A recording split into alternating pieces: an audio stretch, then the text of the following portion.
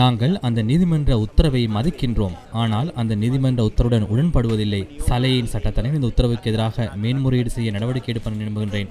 இங்கு சுரேஷ் சலே தனது கடவுச்சொற்களை போலீசாரிடம் வழங்காமல் இருப்பதற்கு 4 நியாயமான காரணங்கள் உள்ளன. முதலாவது காரணம், குற்றவியல் நடைமுறை சட்டக்கோவையின்படி ஒரு சந்தேக நபர் தனக்கு எதிராக நடத்தப்படும் விசாரணைகளுக்கு ஒத்துழைப்பு வழங்க வேண்டும் என்று எந்த ஒரு சட்ட கட்டுப்பாடும் இல்லை.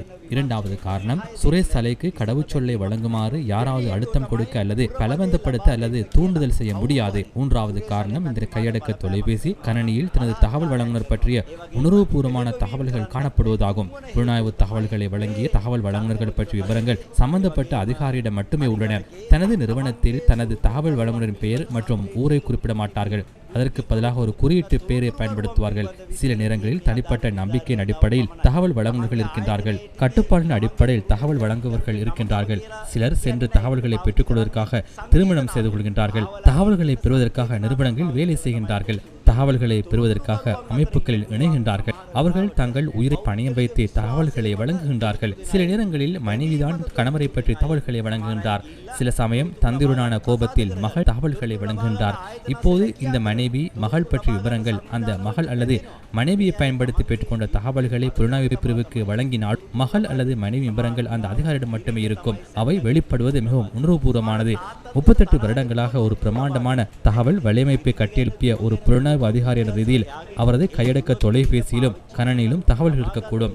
4வது விடயம் மிகவும் முக்கியமானது. இதற்கு முன்னர் புலனாய்வு தகவல்கள் குற்ற புலனாய்வு திணைக்களத்தின் கைகளுக்கு சென்றமையினால் பெரும் அழிவுகள் ஏற்பட்ட சம்பவங்களும் அனுபவங்களும் இந்த நாட்டு வரலாற்றில் இருக்கின்றன.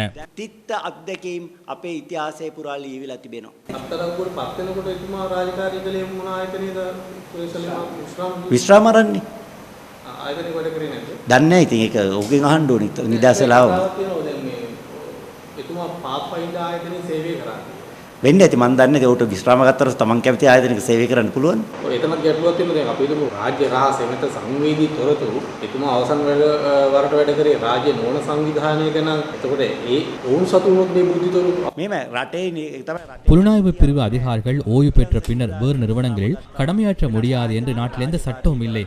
அவர் எந்த தவறையும் செய்யவில்லை. කිසි වරදක් කළා නැහැ.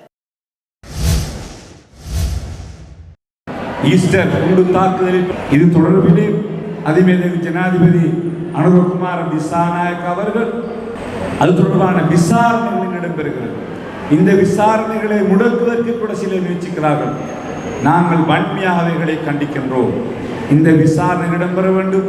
அது யாராக இருந்தாலும் சரிதான், அவர் எந்த அந்தஸ்தில் இருந்தாலும் சரிதான், அவர் ஜனாதிபதியாக இருந்தாலும் சரிதான், அவர் என்ன பதவி வகித்தாலும் சரி, கடந்த காலங்களில் யாரெல்லாம் இதிலே பொறுப்புள்ளவர்களாக இருந்தார்களோ அவர்கள் உரியவர் கண்டுபிடிக்கப்பட வேண்டும். அவர்களுக்கு நீதியிலே தண்டனை கொடுக்கப்பட வேண்டும். அரசாங்கம் எடுத்து வருகின்ற இந்த விசாரணைகளுக்கு, இந்த முயற்சிக்கு எங்களுடைய பூரண ஒத்துழைப்பை நாங்கள் வழங்குவோம்.